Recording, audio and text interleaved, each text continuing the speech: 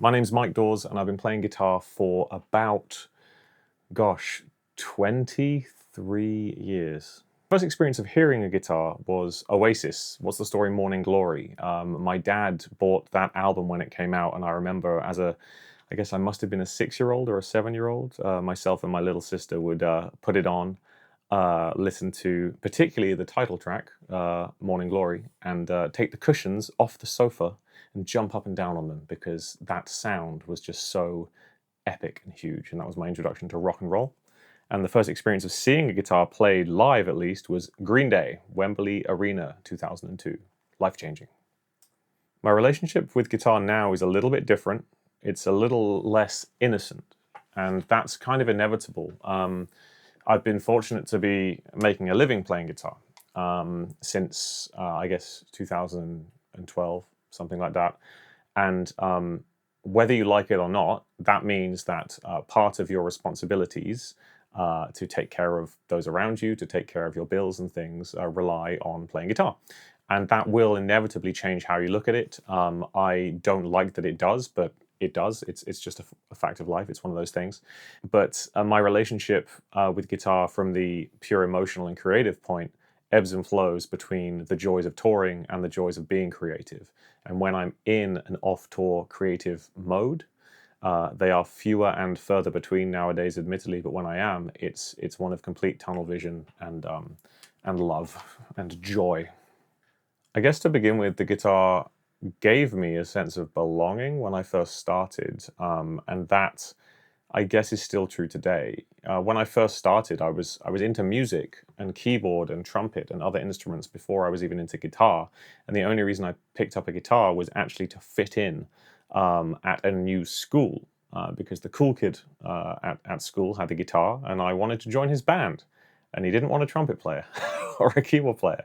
So I was drawn to the guitar, I guess, through the social pressures of a 12-year-old. Obviously, not unwillingly. I'd obviously, as explained, been in love with the guitar sound, but it was more of a connection to music in general. Now, my connection with guitar is one of, I suppose, gratitude. This particular guitar in my hands right now, I've done every concert with since 2016, so almost 10 years since this was made in Germany.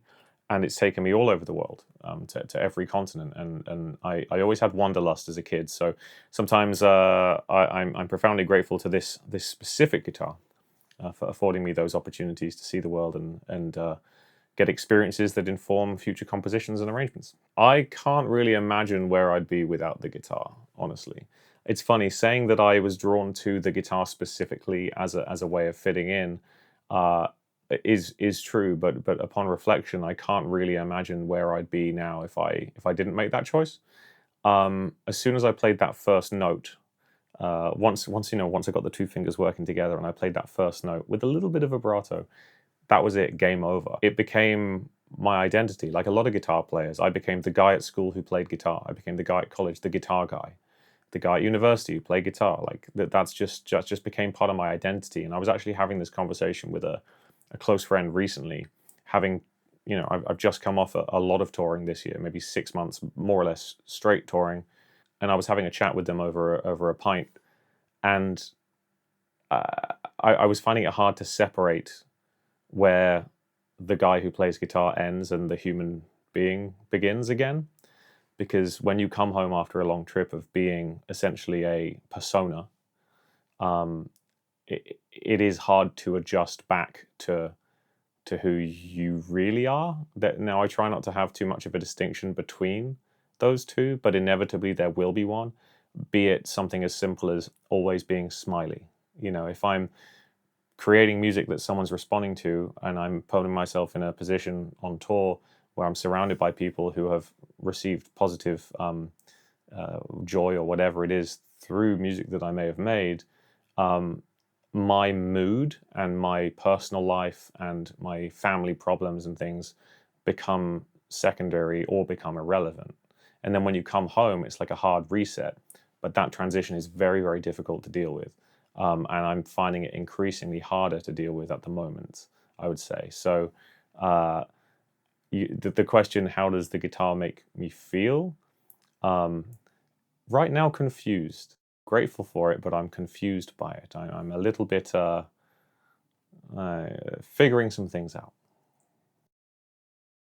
The guitar to me is a form of sort of validation of my own ideas and emotions and feelings and thoughts and all of that through boredom, which is a wonderful thing, by the way. Through boredom, be that being alone at a bus stop waiting for a bus or being off your phone or whatever, ideas about existentialism or nihilism or whatever it is that come into all of our heads when we're kind of alone at home. They pop into the head, and if the mood strikes, we can pick up the guitar, send it to here, then send it to the fingers, then send it to the guitar, then send it out, and then it becomes very cathartic. So it's a method of catharsis, I suppose. It's a tool to share what we're thinking and feeling without sometimes talking about it. Come to think of it, that's what I think has drawn me to instrumental music in particular. I don't really do lyrics. I've worked in bands in the past, but never really been responsible for lyrics and things like that, because that's too literal. Sometimes you need an instrumental piece to make sense of abstract ideas, and I suppose you could say that's what the guitar means to me. It's a way of making sense of a lot of abstract thoughts without having to put words to it. I was in a relationship with a fellow musician in a musical project through university in the west of England. And when we broke up, it was, everyone's first breakup is very stressful, shall we say. And I found that the guitar was there for me, and I was able to use it to channel a lot of that confusion. And I actually channeled it into an arrangement of a breakup song. Whoa, whoa, whoa, woe's me. Original emo here. Somebody That I Used to Know by Gotye, which was the big breakup song at the time. And that ironically kind of started my career. So I'm very grateful for the guitar in that moment. Another moment I would say is dealing with the loss of Eddie Van Halen during COVID, when things were very, very dark for everyone, but for musicians who were used to traveling and made their way in the world spiritually and financially through traveling and performing. When Eddie Van Halen passed away, at that point I hadn't played guitar for about 8 months. I just wasn't interested. I had nothing to say. I was stuck at home. It wasn't a very fun time at all. But when Eddie Van Halen passed away, I grabbed the guitar and started playing again. It got me playing again because it got me thinking about his legacy and what his music meant to me as my guitar hero. And I immediately started playing Van Halen songs for quite some time, and that culminated in a sort of fingerstyle version of a Van Halen song, which I ended up putting online, and something that meant a lot in that moment, as a British reserved gentleman who doesn't often want to be perceived to be riding a tragedy for personal gain, because I certainly was not trying to do this. But Wolfgang Van Halen, Eddie's son, reached out with just a simple little heart emoji response on the video that I released. Actually, I filmed it in this very seat in this very room. I, at age 35 now, play guitar in my free time probably less than I ever have. And I think that's a combination of things. What I was saying earlier about when it does become your profession, a lot of the time you spend at the instrument is filled with a certain amount of guilt. If you're playing around on guitar, I feel guilty sometimes. Why am I not practicing for my upcoming show? Why am I not composing for the next album or whatever it may be? I feel guilty for not adding a work element to it. That's not to say that I don't enjoy the work element. There's no such thing as work. That's why it's called playing the guitar. It's very hard not to feel guilty when you don't do that, as someone who is very driven and I guess relatively entrepreneurial, as all musicians are, especially nowadays. I've been traveling so much.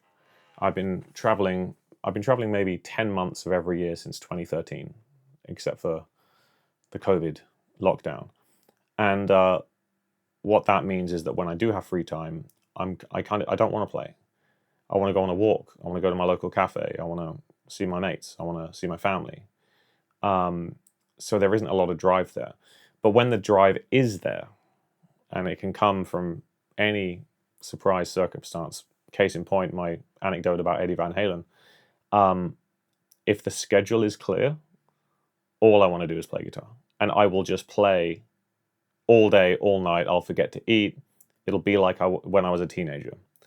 And the important skill I'm trying to learn right now is to create environments that cultivate that energy, and also create a calendar system that can be postponed should that moment arise. Why is guitar so important to me? Well, it's been. I don't know what I'd do without the guitar. Honestly, I'm an idiot. I mean that. I just do what I do, and I've done it for so long that I don't really know what else I would do. Um, that sounds like a bit of a cop out answer, I suppose, but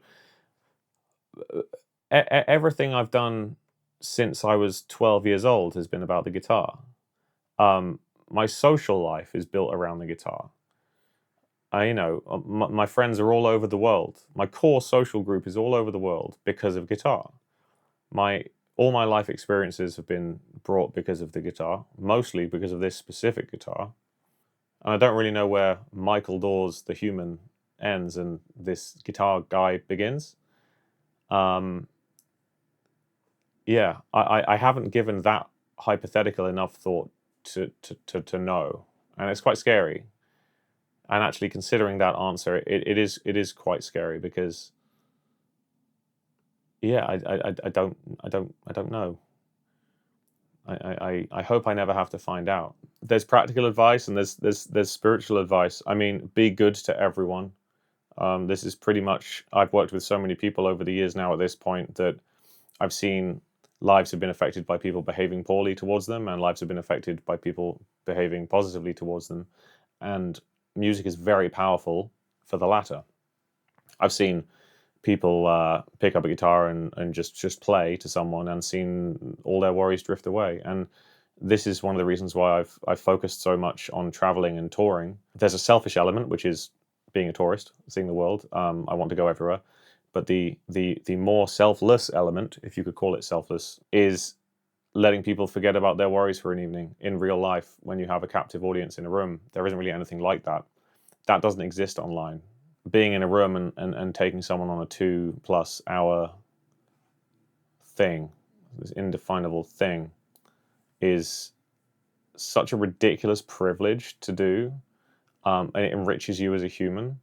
And I would say to the 12-year-old Mike, like, don't lose sight of that, because there's so many distractions nowadays. 12-year-old Mike didn't know what Facebook or Instagram or TikTok was. He knew what AOL Messenger was. And with all the distractions that are to come, I would say don't lose sight of what makes music so special in the first place. 12-year-old Mike didn't get into playing music because he wanted to do gear reviews on YouTube or he wanted to see the world. He got into music because he wanted to fit in. And he got into music because he had something to say. Why guitar? Because I'm not articulate or intelligent enough to do it with words. I think it's honestly the most expressive instrument out there. And I will stand behind the acoustic guitar in particular as being above the electric guitar in that. It's a hugely expressive instrument. I love it. It's a polyphonic mess. It's torturous. There's multiple of every note, which makes it a massive pain in the ass. The satisfaction of getting it right is unparalleled. It's a beautiful challenge, and it keeps me out of trouble.